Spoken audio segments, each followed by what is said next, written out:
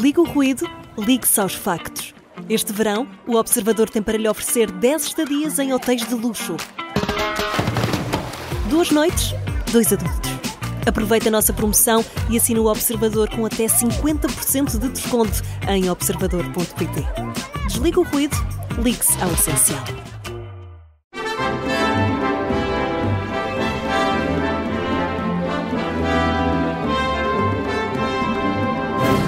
Seja bem-vindo ao Encontro com a Beleza, com o maestro Martim Sousa Tavares. Eu sou o Nelson Ferreira, comigo está o João Costa e Silva.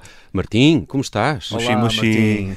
Como é que estão? Vamos de novo ao Japão neste episódio? Vamos, isto porque hoje é domingo e domingo lá em casa é dia de sushi. Não sei se vocês têm uma tradição ou um dia específico. Gostam de sushi? Domingo à noite. Todos os dias são bons para comer sushi. Boa resposta. E tu, Nelson? Domingo à noite. Domingo à noite, é. Sim, como eu. Quando se regressa à casa, passou-se o fim de semana, é invariável. E a comida de conforto de regresso à cidade é mandar vir sushi. Olha que bem, somos dois. Mas há mais coisas para além do domingo que me fazem querer comer sushi. Nomeadamente tudo o que vem do Japão. Cultura japonesa. Portanto, vejo um filme do Kurosawa, quero sushi. Ando num Mazda, quero sushi. Ando num Nissan, também quero sushi. Isso tudo, não é? Tudo pode ser uma desculpa para querer sushi. E eu pergunto, será que os japoneses também têm vontade de comer comida ocidental depois de andarem num Audi? Ou depois de verem ouvirem uma música do Brel, uma coisa assim. Imagina, em Portugal era um senhor conduzir um UMM, não é? Exatamente. E apetecer-lhe um cozido à portuguesa. Exatamente, um bitoque. Bom, vamos falar de um compositor japonês que ouviu música ocidental e nunca mais quis outra coisa na sua vida. Vamos falar de Toru Takemitsu. Não confundir com o Toro, que é a barriga do atum, aquela parte mais gorda, mais marmorada, não é? Mas isto é apropriação cultural, ou Martim? Não. Deste senhor, não. Não. Bom, vamos ver então. Quem é Takemitsu? Ele é japonês de Gema, nasce e morre em Tóquio, nasce em 1930, e que é ali um período difícil para os japoneses, porque vai ser adolescente num dos momentos mais traumáticos da história coletiva do Japão. Estou a falar, evidentemente, da Segunda Guerra Mundial e da sua conclusão a todos os níveis bombástica. E ele vai ser recrutado aos 14 anos. Imaginem bem, de facto, as coisas estavam a correr tão mal para o Japão que ele, aos 14, é incorporado nas Forças Armadas japonesas, onde o que é que as tropas japonesas faziam? Imaginem bem, eles tinham, a música era proibida entre os soldados, mas eles tinham uns discos da candonga, de música francesa, que ouviam em gramofones inventados por eles, onde a agulha era feita em bambu. Imaginem bem. Portanto, sim, há aqui um grau de artesanato interessante. Isso e ouviam ouvir muito música. Exatamente. E ouviam música que não se podia ouvir, que era toda ocidental. E ele ficou fascinado com aquilo. Entretanto, vem a guerra, tudo o que sabemos. E a seguir o Japão tem ali um domínio americano não indiferente. Portanto, hospitais geridos por americanos, militares americanos no país.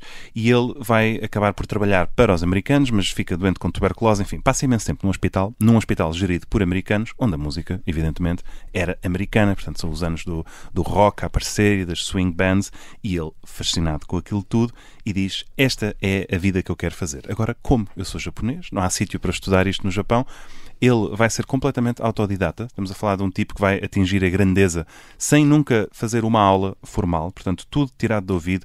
Ele via um piano, pedia às pessoas para tocar nesse piano. Acho que há uma história gira sobre ele, que ele andava pelas ruas em Tóquio, e se ele ouvisse um piano, alguém a tocar num piano numa casa, ele tocava à porta e pedia para tocar nesse piano dessa pessoa. Portanto, enfim, um tipo com muita vontade. E muita lata também. Muita lata também. E começa a compor, faz alguma música experimental, com música concreta, tipo sons, ruídos de coisas que ele gravava.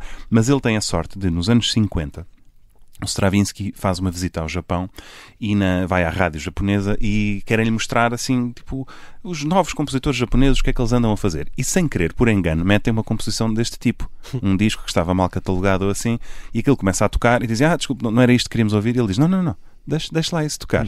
Isso é interessante. Então ouviu uma composição do Takemitsu, um ilustre desconhecido, e depois vai para os Estados Unidos e diz, olha, há um tipo no Japão bastante interessante, chamado Toru Takemitsu, e portanto aqui começam a surgir encomendas vindas dos Estados Unidos. Portanto ele começa a escrever mais música ocidental, e quando ele chega aos Estados Unidos descobre que americanos como o John Cage estão em sentido inverso, que estão a apaixonar-se pela filosofia do Zen, pelos jardins de pedra, pelo espaço, o silêncio enquanto espaço metafísico, e ele diz, então, como assim? Eu venho do Japão apaixonado pela vossa cultura e vocês estão apaixonados pela minha, e percebe que é possível fazer uma síntese de tudo isso. E de facto ele vai ser dos maiores praticantes de todos os géneros musicais que existem, música clássica erudita, música quase a puxar para o pop, e pelo meio faz a banda sonora de mais de 100 filmes, apanhando toda a novela vague japonesa, que também existe, nomes que eu não me vou aqui atrever a dizer, mas faz, por exemplo, não sei se conhecem o Kurosawa, o Ran, já viram? Não, esse não. Pronto, ele faz a banda sonora do Ran e tem uma coisa incrível que é uma cena de batalha em que tu estás à espera de ouvir assim uma música super intensa, e ele faz uma coisa quase elegíaca e depois a música desaparece num momento em que se dispara um tiro de pistola. Essa é uma coisa muito interessante, muito densa, não é o que tu estás à espera de banda sonora assim de filme de ação. Vamos ouvir de um filme de novela vague japonesa chamado Face of Another, que é sobre um engenheiro que tem um acidente, queima a cara e tem que usar uma máscara a vida toda, uma valsa de sabor completamente europeu. Esta valsa podia ter sido escrita por um alemão no século XIX, foi escrita por um japonês em 1966 chamado Toru Takemitsu, que uma vez ouviu uma canção francesa e nunca mais quis outra coisa.